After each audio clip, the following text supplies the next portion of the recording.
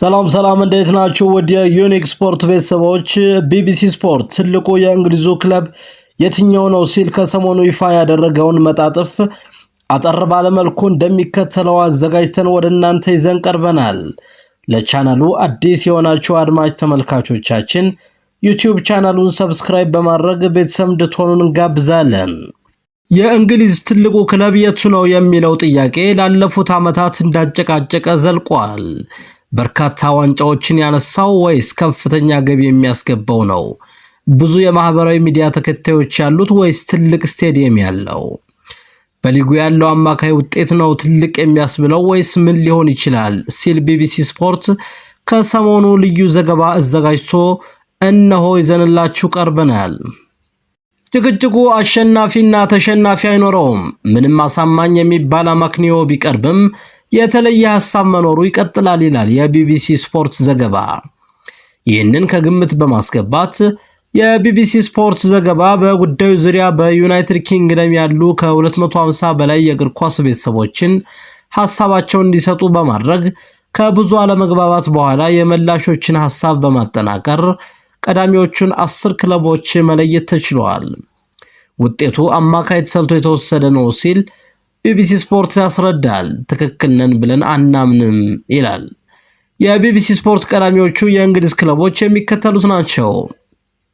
አንደኛ ማንቸስተር ዩናይትድ፣ ሁለተኛ ሊቨርፑል፣ ሶስተኛ አርሰናል፣ አራተኛ ማንቸስተር ሲቲ፣ አምስተኛ ሴልቲክ፣ ስድስተኛ ቼልሲ፣ ሰባተኛ ቶትንሃም ሆትስፐር፣ ስምንተኛ ሬንጀርስ፣ ዘጠነኛ አስቶን ቪላ፣ አስረኛ ደረጃን ደግሞ የያዘው ኒውካስል ዩናይትድ ናቸው። ጉዳዩን ሳይንሳዊ ለማድረግ ክለቦቹ ቀዳሚ የሆኑባቸውን አንዳንድ ሁኔታዎች ለመመልከት ተሞክሯል። የትኛው ክለብ ትላልቅ የሚባሉትን ዋንጫዎች በብዛት አሸነፈ? በተለምዶ ክለቦች ዋንጫ በተደጋጋሚ ካነሱ ትልቅ ይባላሉ። ከዋንጫ አንጻር ካየነው ግዙፎቹ ክለቦች ሴልቲክ እና ሬንጀርስ በቀዳሚነት ይቀመጣሉ ይላል የቢቢሲ ስፖርት ዘገባ።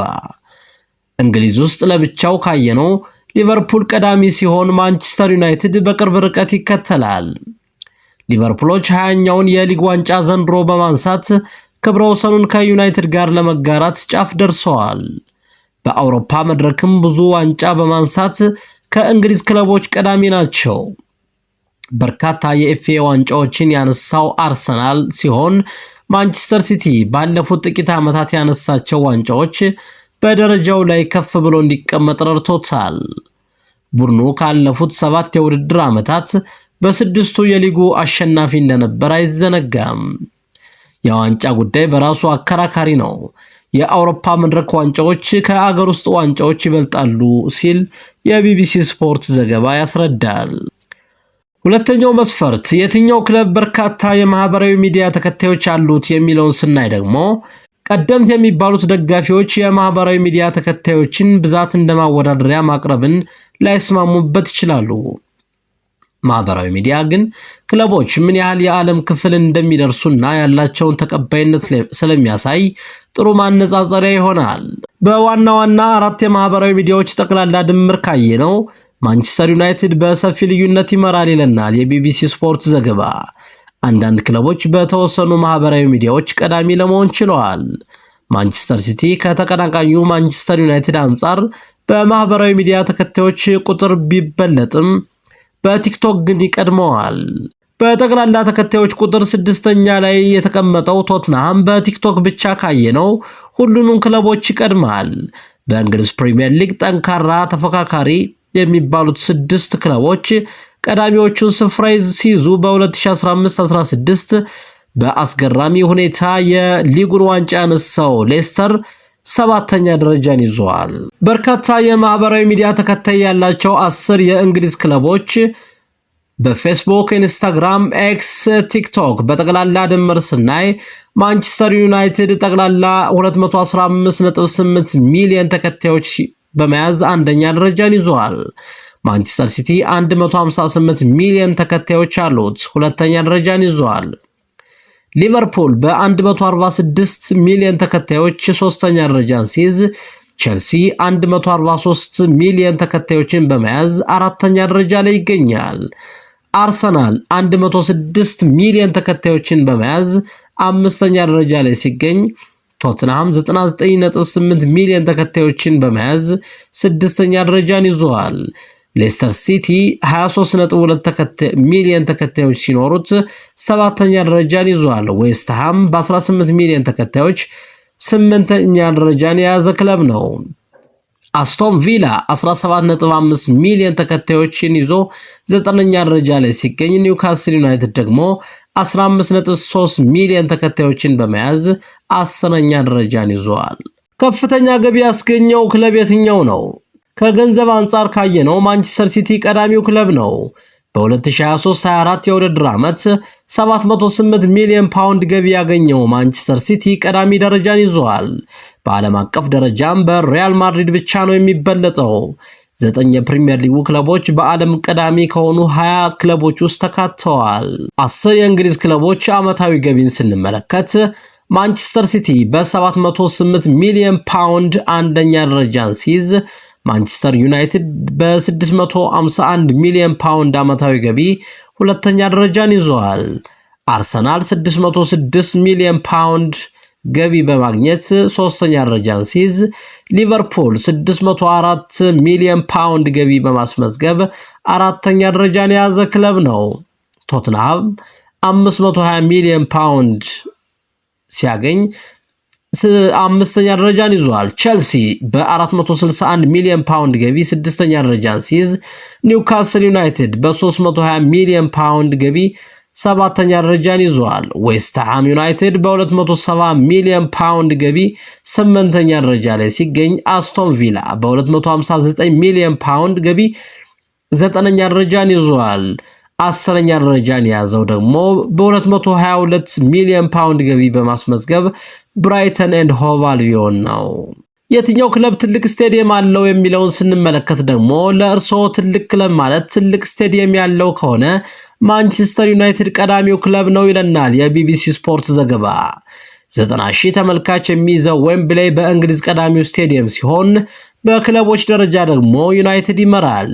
100,000 ደጋፊ የሚይዝ ስቴዲየም በ2 ቢሊዮን ፓውንድ ለመስራት ክለቡ ማቀዱን ይፋ አድርጓል። ከሰሞኑ የኤቨርተኑ አዲሱ ብሬምሌ ሙርዶክ ስቴዲየም 7ኛ ደረጃ ላይ ተቀምጧል። ማንቸስተር ሲቲም የተመልካቾችን ቁጥር ወደ 61,474 ለማሳደግ የማስፋፊያ ስራ እያከናወነ መሆኑ ከሰሞኑ ተዘግቧል።